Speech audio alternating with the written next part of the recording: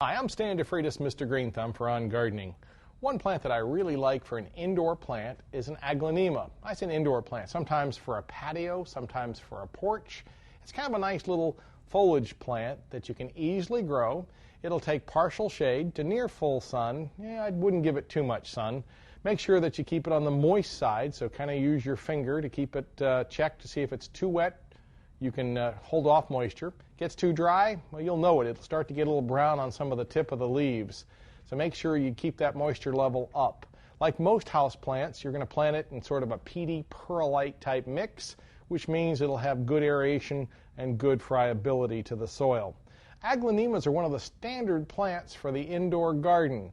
If you've got a place where you have a fairly bright light indoors, Aglonemas are one of your better choices. You can see it has a nice strap type leaf with a little bit of white and green, so it's a nice plant with a nice mixture. Aglonemas make a good addition to your indoor plantings, and I hope you'll give it a try. For On Gardening, I'm Stan DeFreitas, Mr. Green Thumb.